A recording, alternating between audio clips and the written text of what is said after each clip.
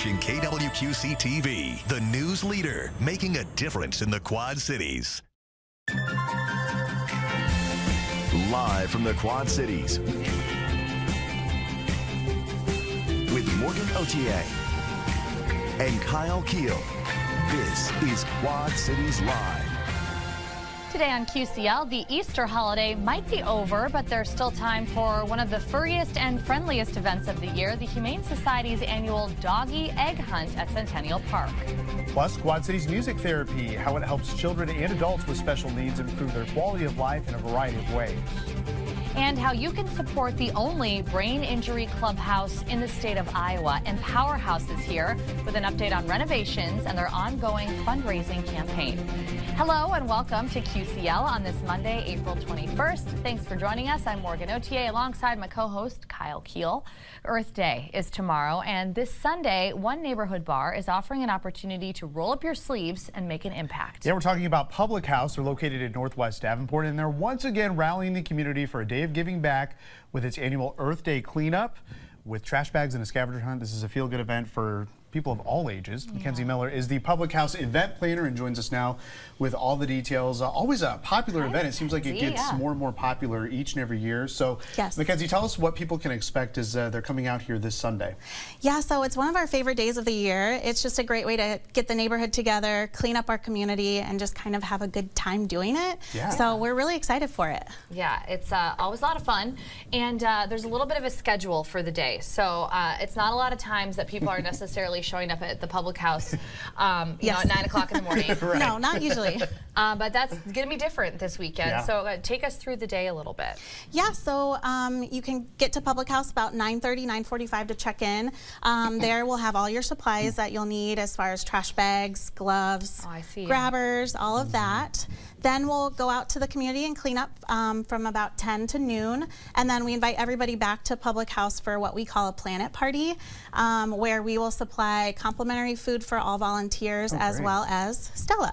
Awesome. Yes. Yeah, we love a good Stella. She brought the trash picker-uppers here today, and I legitimately can't help myself. They're fun. This would make it so easy. Yeah. So yeah, talk a little bit about what you do. You do provide this stuff for people. We do. We actually pick up all the supplies from Nahan Marsh.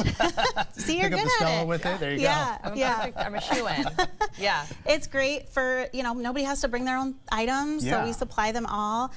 Some people bring little wagons that they carry back with them to kind of load up on, but other than that, we supply everything for you. So yeah, that's awesome. And as we mentioned, it's a scavenger hunt as well. We do. Yes, we have a long list of stuff you can find. We have prizes for winners when we get back, so it's just kind of fun to do while you're out there getting exercise too and cleaning up. So. I bet there's some odd things on like the scavenger hunt list, but also I bet that people find them. Yes, we have found probably everything. So you name it, we probably have found it. I mean, one year we had 30 tires we counted. Oh my gosh. That's bumpers. Crazy. I mean, yes, there's a lot of stuff out there. And you know, we laugh about it, but it just goes to show you that this is an ongoing problem of people throwing all this different trash out. So it's great to have public events like this where you help clean your own community up. So there's a great reward waiting at the end. As you mentioned, we get the free food and everything like that, or I guess complimentary food. It's not free. A party. You got to work for it, but it's a party afterwards. So do yes. you want people to register for the cleanup? Yes, it's not required, but if you can go on to Extreme Cleanup and register yourself, it's just kind of a way to help us know how much food to get and how much supplies we need to pick up. So yeah. Well, and Sunday too, it's a big family day for a lot of people, but you have opened this up to like entire families. So all ages. You don't need to be 21 years old to participate. So anything that people should know before they go. I know you provide a lot of this stuff as far as trash cleanup is concerned. Should we dress a certain way, especially for first timers? Yes, you're definitely going to want to come in some grungy clothes that you don't mind getting dirty. We do have some volunteers that really get in the creeks and ditches and things. So you can get as muddy as you want, but I would definitely come in shoes you don't care about and things like that. And like we said, reminder. And like we said, this is a lot of fun. I mean, all these pictures you're showing, people are smiling, giving some thumbs up. So it's very fun for the whole entire community. So beyond this event, I mean, we have you on the show all the time. The Public House does great things for our community throughout the year. So what other events do you have coming up later this year? Yeah, we have several fun events like the Kentucky Derby and Cinco de Mayo and things like that. But we do have a Memorial Day celebration that we do on Memorial Day every year.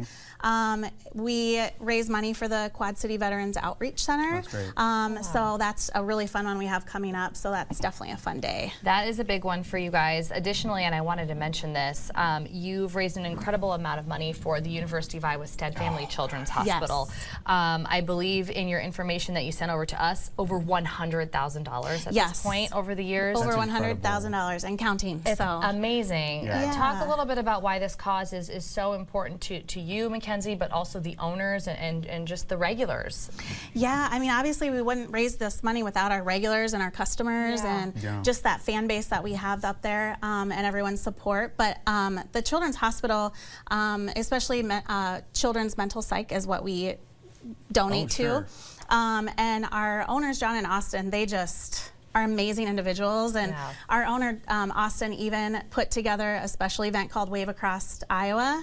So he ran from Iowa City to Public House with a group of running buddies. I remember that. Yeah, a couple of years ago, and that was insane. That was such a fun event. So it's just something we like to do, and that's a big one we like to donate to. That's a good one. I remember watching that, like his updates on the internet and on Facebook, and people running along with him. And it's you do a lot of good for area charities. Yeah, and all this good you do, I mean, how do you think that this changes the way people think about a place like Public House? Because clearly you're not just a bar where you go hang out and have drinks. Correct, yeah. We just don't serve drinks every day. We like to be involved in the community and give back, because our customers that we have turn into friends and family, and we like to see new faces every year, and so we like to do good things back for the community. Well, you are wonderful, and this weekend included the Earth Day cleanup event. Again, it is at Public House in Davenport.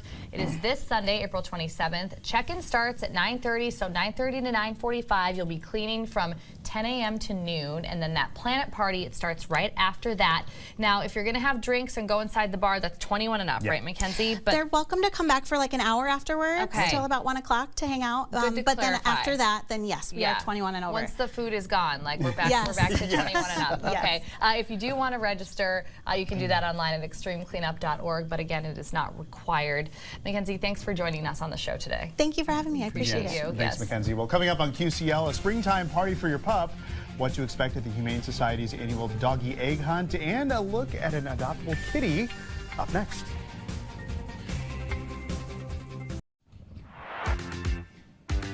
Well, don't put those bunny ears away quite yet. The annual doggy egg hunt is back at Centennial Park in Davenport this weekend. Yeah, always a fun time. And it's not just about sniffing for treats. This is a pup party that the entire family can enjoy.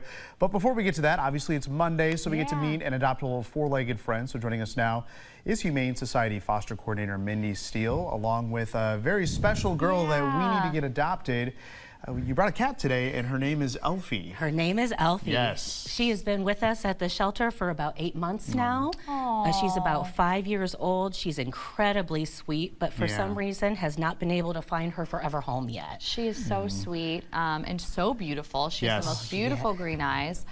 She is a staff favorite. Oh, definitely. Everybody was very concerned when I was bringing her today that she was leaving. They know the days are numbered. Yeah, your days are numbered, Elfie. She's at least in sweet. the shelter. They're going to a great home. Thank you for. I realized, I'm like, that sounds really. Thank you for clarifying morbid. that. Days are numbered, Elfie. No, she's so cute. Talk a little bit about her personality, because she's just kind of burrowing, like we're being too loud. She's a very mellow girl. She's very sweet. She wants to be cuddled. She's a lap cat for sure. She has been in our free roam room, so she does really well with other cats in. She do very well with cats in a home. Okay. I did pluck her out of her bed she was sleeping in before we came here, so she is a little nervous. Like I said, she's mellow, so a lot of bright lights and the extra noises, but hopefully she can find a home to match her mellow personality. She'd be comfy in a home. Yeah, so if someone's seeing this cute little face right now and they're like, you know what, I have to have Elfie, how can they start the adoption process with her, or really any other animal? Come into the shelter. We are open today until 5:30, and then we open again at Wednesday at noon. Come in and meet with her, fill out an application. We almost always have deals going on. You do a lot of promotions and for things sure. like that. So we would love to help get her into a home. Oh, I bet. It's been a long time. Yeah. So the annual doggy egg hunt, which is really, really popular. Humane Society of Scott County hosting it every year, and it is coming up this weekend, which, by the way, can I say that I love that we didn't try and jam-pack too many Easter things on specifically Easter weekend. So this means, this means more families are going to be able to come to this. So it is coming up on Saturday. So what can people expect at this event?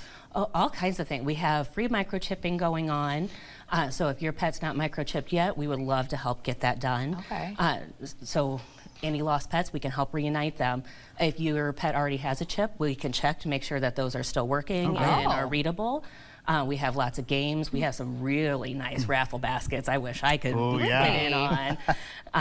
They've got all kinds of vendors going on. It's going to be a lot of fun. You know, and I don't think that people really think of getting the microchip checked to make sure that it's working properly. That's actually a good incentive to have. They can drift in different parts of the body. Interesting. Look at that guy. Every so often not work at all. So it's nice to be able just to check and make sure it's still still good. Yeah, and bring the costumes. Look at all these costumes. Cute they are. We love these. I need to see that Chihuahua one more time. Yes, with the little suit and the hat there. Yeah. So there's also what I find fascinating, you're dyeing fur as well.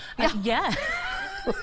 We're going to be doing fur dyeing. No, that's a real thing. Or fur coloring, I guess you're saying. Coloring. Yes. Yeah, that should be a lot of fun to watch. I am sure. I don't know how my dogs would feel about that. Yeah. No, it might be for some. I don't know. Yeah, you can have a pink Easter egg pink poodle. There you go. After Saturday. So there's the actual egg hunt. So I'm assuming you guys just fill eggs with like treats and things like that? It's actually just treats that are out. Yep, we wouldn't want any dogs to ingest anything they're not plastic. supposed to. Sure. So we're on a roll today. Yes. Your days are numbered. I was thinking the same thing, Morgan. So yeah, we are on a roll. No, that Happy makes Monday. Perfect sense, Mindy. So it's little treats that the dogs can go and find. Do they have to be leashed or anything? Yeah, we'll want to keep them on at least a 6-foot leash, just to make sure that everybody stays safe. Okay. Obviously picking up after your dog if it goes potty there, but it's important too. We will have potty bags, whatever you need to help with that. Okay. No, I like to talk about the leashes too, because a lot of people, they just have those retractable ones, but if you have like the not retractable ones, that's better, right? That is Then you're not better, getting all tangled up with Absolutely. Okay. And those can even be dangerous for the holder of the leash because the way that they slip through your fingers can cause a cut. So yeah. Even I felt that. just keeping the dog safe too. Yeah. So is this event just for dog owners, or can the general public, maybe who doesn't have a dog, Oh, come out and absolutely. enjoy? Definitely. Even if you don't have a dog, come out. Like I said, there's all kinds of vendors, and seeing those dogs dressed up like that is entertainment in itself. It's very funny. Did we already talk about egg bobbing? That is a part of this? What is that? She's like, I don't You caught me off guard on that. I even studied before I came.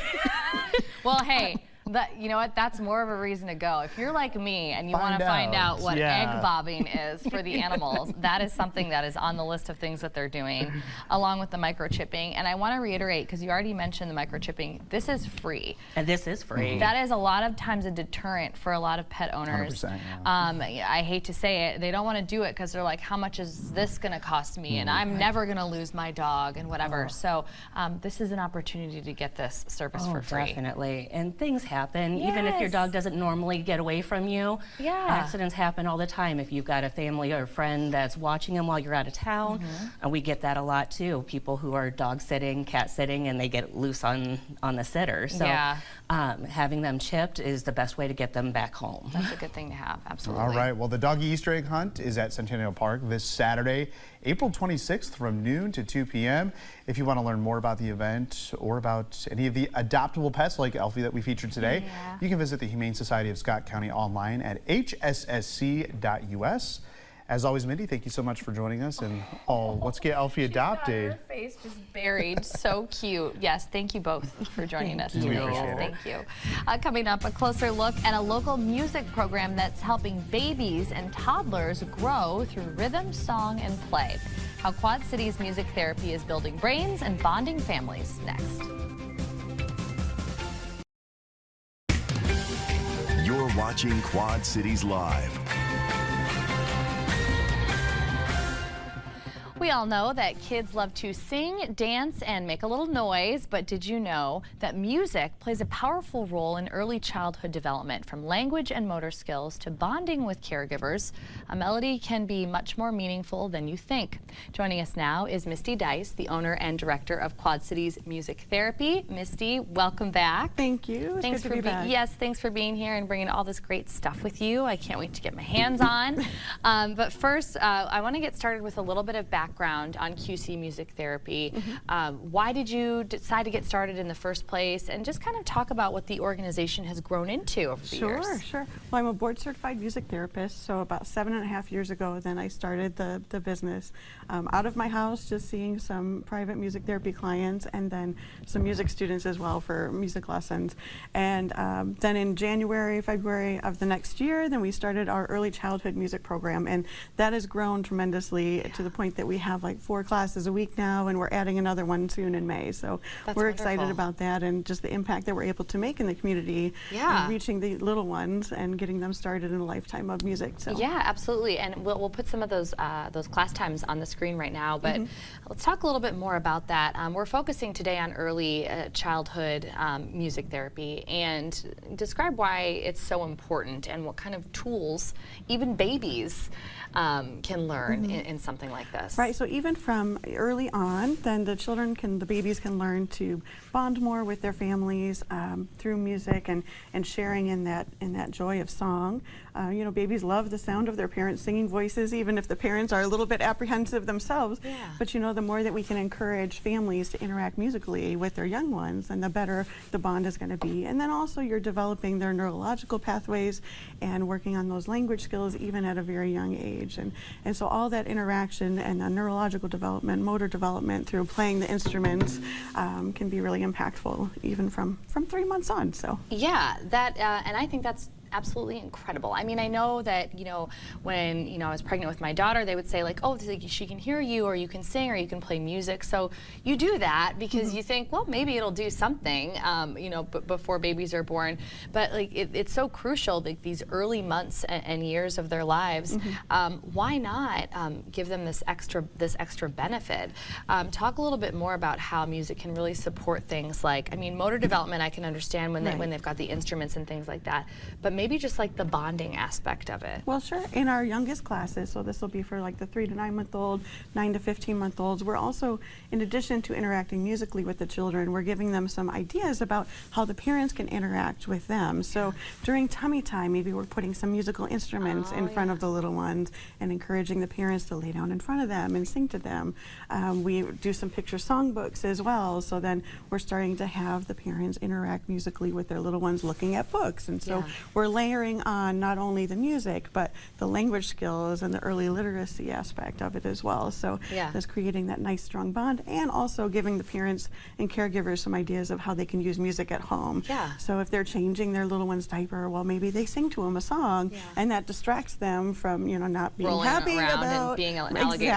Exactly. You know, or I would have my little one in the car seat when we were driving somewhere, and if I would sing to them, then they would be a little bit calmer. You know, we didn't have the best drivers all the time, like riders in the car. So, you know, singing to them and getting them to interact musically kind of takes their mind off of not being happy about being in the car seat. So just the more that we can give families some ideas about how to use music in their own lives, the better off too. That's great. So we're making an impact not just in the classes, but in the home as well. Yeah, that's wonderful. And as you alluded to, you offer different classes based on a child's age, and they're really broken down from, you know, very young babies. So walk us through a little bit about each of the age ranges and describe kind of what's unique to each group. So for example, you have one for 3 to 9 months old.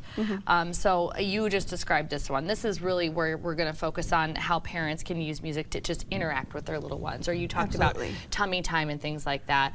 It just gives parents just an awful lot of ideas that they may not have before, because let's face it, when babies are really, really little, sometimes you don't know how to interact with them because they're still learning how to just be little humans. Exactly. So that's a big one. Then 9 to 15 months. So this is a really fun this is a really fun one. Yes, they're starting to get moving, and so we're going to incorporate some more instruments that we wouldn't necessarily do with the babies. Yeah. And then providing some opportunities for picture songbooks, and then also playing some different instruments and starting some beginning sign language too, so that the little ones are starting to be able to communicate what they're wanting to do. So that's really exciting to see. Yes, and then finally 15 months until 4 years old. So they're learning a lot of stuff in this, not only musically, but also like academically and socially. Yep, so we're starting to work on counting skills, so beginning math skills. We've got our 5 little monkeys here, which we were playing with earlier. We were playing with. How can you not play with they're these pretty fun. little finger puppets? And so beginning counting, beginning language skills, and recognizing different colors and different letters and things with our picture songbooks that we're using. Identifying colors. A lot of different cognitive aspects are included then once you get into that a little bit older age range as well. So. Yeah, absolutely. And then social skills too. Social skills, that's what I think is so cool, taking turns. Like that is something that you learn musically, so that's incredible. So talk a little bit about some of the activities that I guess kids love most. And grown-ups. And grown-ups. We love the finger puppets. You know, in the class, I mean, I would have to assume like it would be getting their hands on some instruments. Oh, absolutely. So we start off every group with a hello song, and we'll do it either with a ukulele or guitar and incorporate some instruments that way. So we're starting with those social skills right from the get-go, which is great. And they all love the ukulele, they all love the guitar and get a chance to play that. We'll do some drumming every time as well, and that's so popular. Yes, yeah. It's so popular. Better with you, right, sometimes than at home. But this is a good one. Well, this isn't like a drum set, you know? Well, we have some of those too. You have those too. We've got some bigger ones too, but I like to tell the parents, you know, that you can do it here, and then you can leave the drums and go home, and then you don't have the drums at home, and the kids still get the opportunity to play them. So that's really fun. And then we'll have a number of different picture songbooks as well. Some of them, you know, that we could suggest to the families that they can purchase, or some that we develop on our own. And parachutes, scarves, all sorts of different things. Everything. So, like, what fun, honestly. So Quad Cities Music Therapy, it is located on 7th Avenue in Moline. The address is right there on your screen along with the phone number. If you want to learn about classes and schedules, definitely visit them on the web at qcmusictherapy.com. You even have the opportunity in a lot of cases to try a class and see if it's right for you. So just a really great opportunity. Misty, thank you so much for being here today. Thank you. Always a pleasure. Yes, thank you. And still to come in our second half hour of QCL, building job skills and enhancing wellness. Empowerhouse QC is celebrating 5 years of life-changing support. Learn more about the impact of the organization and how you can help them continue to grow. And locally owned small businesses providing the greater Quad Cities with goat milk. We're going to get to know Daily Farms in Alexis, Illinois. And we have relatively quiet weather here as we head over the next 24 hours or so, but starting Tuesday night, could get a little more active again as we have our first alert day through early Wednesday morning for a few severe thunderstorms. We'll have the timing with Exact Track and take a look at how warm temperatures get throughout the week, coming up in your first alert forecast. Accurate and reliable. This is your First Alert forecast with meteorologist Kyle Keel. Well, for the majority of us, we've been kind of dealing with a gloomy, windy day. We've got clouds that are starting to break up, though, on our Everywhere Camera Network. We can especially see that in Dubuque, Washington, as well as Burlington, and still a little more clouds and sunshine here in the QC Metro, but we should see clearing skies here over the next couple of hours. As we head toward tomorrow morning, we'll see a few scattered showers, but our next focal point for any active weather, at least any potential for strong to severe weather, will be tomorrow night into very early Wednesday. Right now, tentatively, we've got the first alert day starting at 10 o'clock tomorrow evening through 7 o'clock Wednesday. Still very early in the game. There's a lot of time to kind of pin down the tracking and where these storms are going to develop. So we'll keep it 10 p.m. Tuesday to 7 a.m. Wednesday for the potential of large hail, maybe an isolated gusty wind up to 60 miles per hour.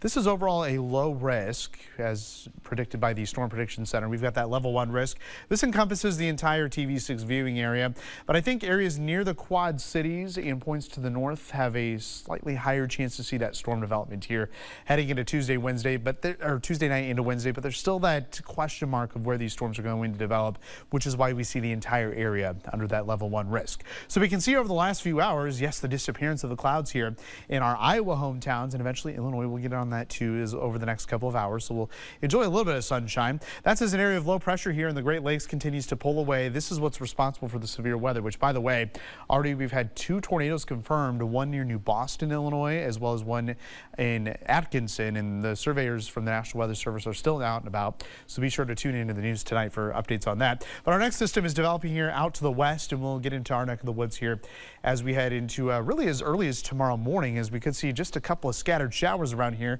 as temperatures dip down into the 40s. But check this out, pretty quick warm up once that rain moves out back into the 70s here tomorrow. So we'll time out the rain chances here with Exact Track. Again, we'll have a clear sky here early this evening, and then overnight we'll start to see the clouds increase. Quad Cities points to the north could have just a few scattered showers, maybe a clap of thunder here as we head into early tomorrow morning. Could see some small hail with any of the stronger storms to the north, but that clears out by midday, and then we'll be left with a mix of sun and clouds, highs back in the 70s. Then here's a question mark tomorrow night. This particular model not too bullish on getting any storms going, but I think between 10 and midnight, probably near the Quad Cities points to the north, that's where we'll have some thunderstorms develop, and those are going to continue here as we head into the early morning hours on Wednesday, with more scattered showers and storms possible throughout the day. So stay with KWQC for updates. Be sure to download the KWQC First Alert weather app. High temperatures here Wednesday and Thursday, close to 80 degrees before we start to cool down here heading into the weekend. Morgan? All right, Kyle, thank you. When life takes an unexpected turn, it can be difficult to find a way forward. But one Quad Cities organization is helping brain injury survivors rediscover their strength, their skills, and purpose. Empower House is the only brain injury clubhouse in Iowa, and it's celebrating 5 years of support and life-changing programs. Joining us with more information is Empower House Executive Director Claire Mato-Style. Claire, welcome back to the show. Thank you. Thank you for having me. Thanks for being here. We have a lot to get to, but we want to start with a little bit of background for people. Empower House is a very unique resource, not only for the Quad Cities, but as we just mentioned, the entire state of Iowa. Talk a little bit more about your mission and how it supports brain injury survivors. Yeah, so I'll back up even a little bit. I feel like brain injury is often a misnomer, but a lot of us, most of us actually likely know someone who's had a brain injury. That might be a stroke, it might be a concussion, it might be a fall, or even a car accident. And so when we say brain injury, a lot of people feel like, oh, I don't know about that, but we likely have a loved one who has experienced one of those things.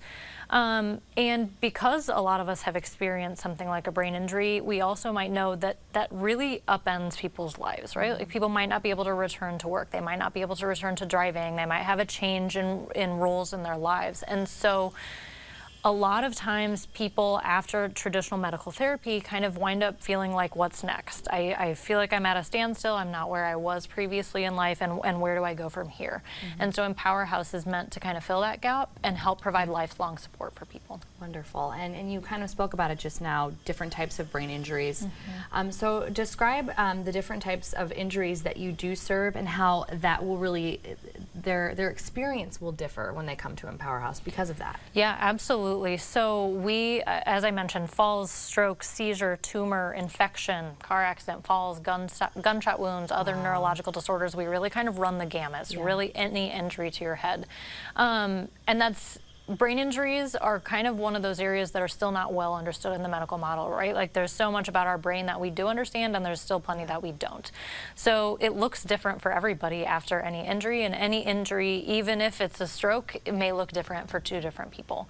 So we strive to provide individualized support and also lifelong. That's what's unique about us versus the medical model, is the clubhouse model provides lifelong support for people. Absolutely. Okay, so there are 3 main service areas that you offer. So tell us what they are and kind of explain what those look like. For example, the first one being work ordered day. Yep, so the work ordered day is the core of the clubhouse model. So while we are the only organization of our kind in the state, we're based on an international model with decades of research supporting its efficacy. And so the work order day really means that our members, the survivors, are part of every aspect of our organization. Our business unit helps give tours and writes thank you notes to donors and organizes receipts and plans events. Our kitchen unit preps, plans, and cooks lunch 3 of the 4 days that we are open. And then our maintenance unit does basic maintenance of our space. So all of those being really functional life skills that hopefully transfer back to people gaining more independence at home as well. Yeah, it's wonderful. And then the next couple, wellness, and finally brain injury support services. Yeah, so we really strive to be the hub of brain injury resources in our area, knowing that no one service line is going to be a fit for everybody, right? So we want to have a wide variety. 3 of our service lines are offered nowhere else in the state. We collaborate with over 10 other local, national, and statewide agencies. So we really try to be the experts in what we do and make sure we can meet as many people's needs as possible. You have such passionate staff. Talk a little bit about maybe a success story or two that you can share with us that that can really showcase the people that you serve and the great things that they're doing. Yeah, absolutely. I have one member that always comes to mind when we talk about success stories, and when she had a stroke about 7 years ago, and when she first started coming to us, she just was down. You could see it in her demeanor. She sat back, she was quiet, very reserved, often said that she just sat at home and cried. She didn't want to go out in public because of the changes she had experienced, had a hard time communicating. Now she volunteers several days a week at a store in Bluegrass. She often does public speaking with us about Empower House at our events. Awesome. She gives tours very regularly. She's very much the person when a new member comes in, she takes them under her wing. It's been amazing to see not just the little changes, there are all these tangible changes, but to see the overall appearance and how she shows up in her life and what she is able to accomplish. That's huge. It's the difference between enjoying life, and not. So you guys are celebrating 5 years, which is a major milestone. Congratulations. Thank you. You are also celebrating that 5 years with a move to a new location. Yes. So tell us about where you're going to be and what's changing with this move. Yeah, we are absolutely thrilled to be celebrating 5 years and to be celebrating with a move. We have been in a wonderful location downtown Davenport the past 5 years. We opened in 2020, which was quite interesting timing, and so we made our space work in the ways that we needed it to. But we're moving a little further up and west, and we'll be across from the Davenport Fairgrounds. We're doubling our square footage. That's awesome. We have massively increased parking. We're on the ground floor instead of third floor, so everything is much more accessible for our members. The renovations that we've been doing have been keeping that accessibility in mind to really make sure that our members can access every area of our space. It's really very intentional. So we're just absolutely thrilled. Can't wait to be there. So excited. So that's coming up in May, but we'll remind you of that before we let you go. Just one quick thing is you have a fundraising campaign going on right now. So, people are going to be touched by just your presence on this show today and everything that you guys are doing. How can they get involved with this? Yeah, so I think you have the QR code right up on the screen. So thank you so much for that. We, in honor of our 5th party, we're doing a $50,000 campaign. And the theme of this is more. Our goal is always to create more for brain injury survivors, more opportunities, more chances to thrive, more services, just more opportunities for joy overall, kind of as you mentioned. And so this $50,000 campaign will support our move, will support the renovations, and support program growth and sustainability at our new location. Wonderful, wonderful. Okay, so the QR code's on the screen, but we'll make sure that we put everything on the website as well. If you know somebody affected by a brain injury, that new location is on West Locust Street in Davenport, across from the fairgrounds. Doors open on May 8th. Very exciting. And if you want to learn about programming or getting involved, visit them on the web at empowerhouseqca.org. Claire, as always, thank you so much for being such a great advocate. Thank you. Thank Thanks for having me. Just ahead, a lower lactose, higher protein alternative to cow's milk. Meet the farmer making it possible with his herd of goats. You're watching Quad Cities Live. If you're ever scrolling on the internet, chances are you've come across a video or 2 or 20 of goats. And today we've got a goat expert with us. This is John Daly from Daly Farms in good old Alexis, Illinois. Thank you so much for joining us today, John. And you get to spend your days with the goats. That I do. How did this all get started? Well, a few years back in 2015, I kind of came to a crossroads in my career. And I had to decide if I had to keep going down that path or do something I had dreamed about for many years. How many goats do you have on your farm? 72 now. 72 goats. Are they all named?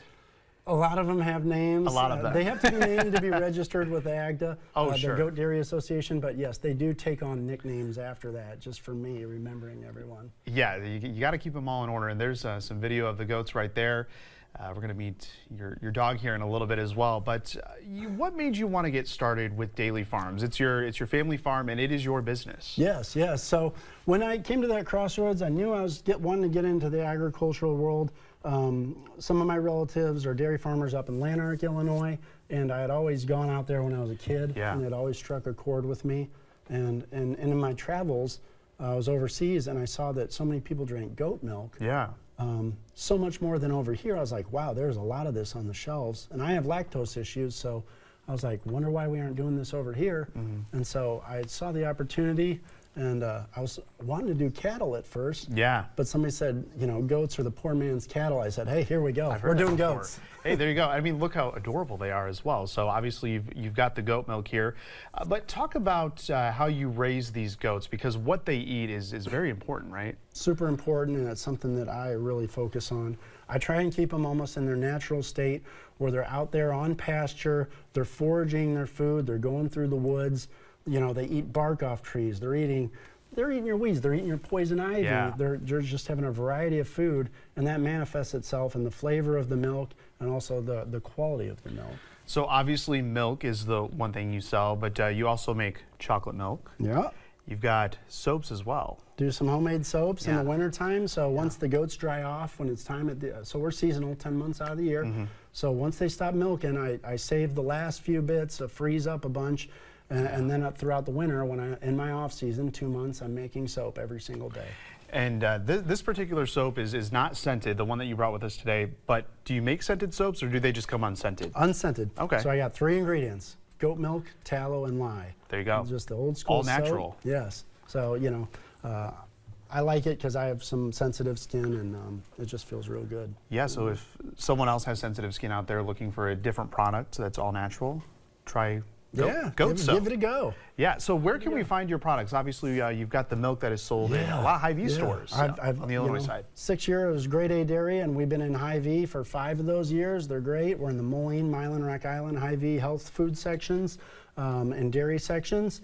And we also have milk out at the ice cream shop, and we also have milk at the Quad City Farmers Market in Rock Island. Oh yeah, so that's every Saturday from 8 to noon at Schwiebert Park, so you can get a taste of the product there and purchase your own.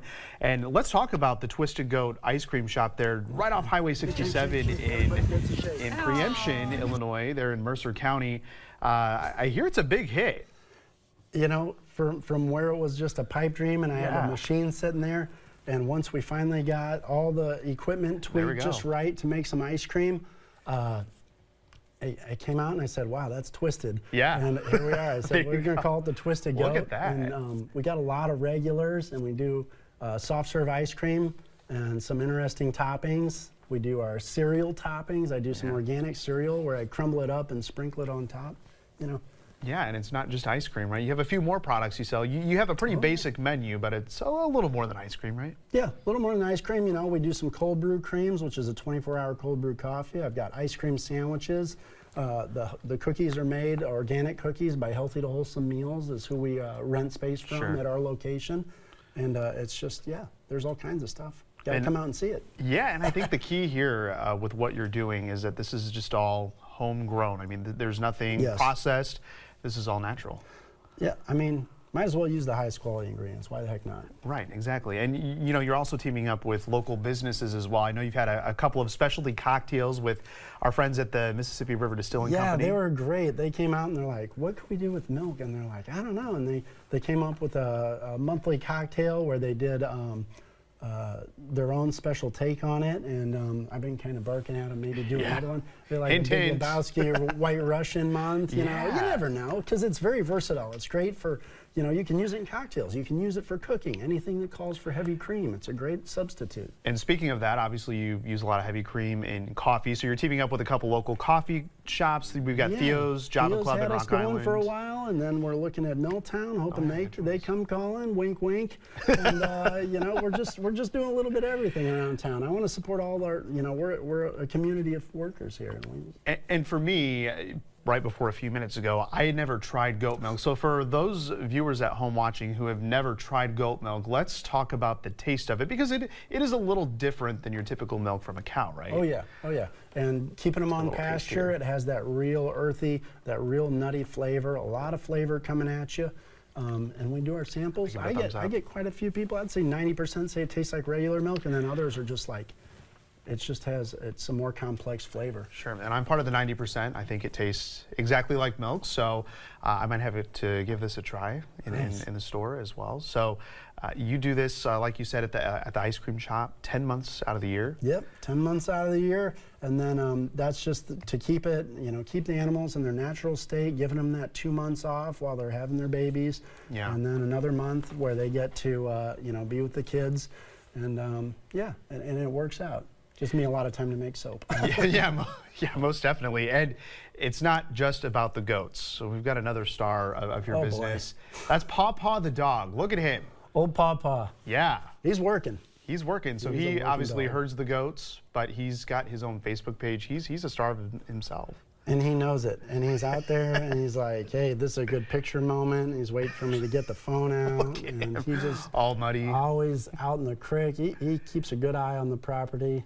And he just loves everybody. He's an unconditional lover right there. Oh, look at him. Well, you can follow him on Instagram. He's got his own Instagram page. I was scrolling through, and lots of good photos there that you're seeing right there on your screen. So there's a lot that you can purchase from Daily Farms. So if you want to learn more about Daily Farms, you can head to their website, dailygoatmilk.com, or visit them at the QC Farmers Market in Rock Island on Saturdays from 8 to noon at Schwiebert Park. And don't forget about the Twisted Goat Ice Cream Shop in Preemption. You can't miss it. You can't miss, what'd you say, the 15-foot ice cream cone? Yeah, it's just a little bitty 15-foot inflatable ice cream right off of cone. Highway 67. I think you should be able to catch that. That means we're open if you see the ice cream cone. All right, John. Well, thank you so much. Thanks for introducing me to goat milk. Thank you so much, Kyle. Switch things up.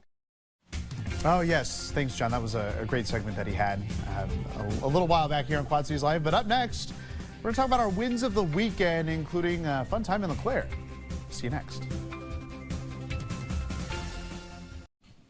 It is time now for something we like to call Wins of the Weekend, where we talk about something fun that happened over the weekend, and neither of us are talking about Easter. No, I didn't do it because I thought you were going to talk about Easter. And I thought you were going to do it. So we're not going to do it. Yeah, it was We had a great Easter, though. Yeah, we did too. We had a very good Easter. Kids enjoyed the stuff from the Easter Bunny. Yeah. But we kicked the weekend off. Kate Kopatich was at Food Truck Fridays in LeClaire, and I'm like, you know what, this sounds fun. I want to take the family. So we went there, went and checked out the food trucks, and then got a nice sweet treat from so cute. Shelly Sweet Sensations there in LeClaire. And then Saturday, you remember that time a while ago where we put up that jungle gym inside the house? Yes. Well, we took it outside and put that up for them on Saturday. So now they have an outdoor jungle gym, and it's not in our house anymore. We could just get consistent 70-degree weather. I know. Kyle, I'll work on that. that'd be great. My win is that I'm in a running group, a 5K running group, and Darby got up early on Saturday with me so that I could participate. And she went with me. I brought the stroller, but she wanted to run with the ladies, so she did. She ran a little bit. I think she did like 0.7 of a mile. Good for her. And and so I took a little video of her running alongside, and I'm just really proud of her. She's 6 years old, and she wanted to get out there, and she did a good job. Just like mom. So, just like mom, yes. So very cute. All right, well, thank you so much for watching Quad Cities Live. Your news at 4 with Sharon is coming up next. We'll see you tomorrow.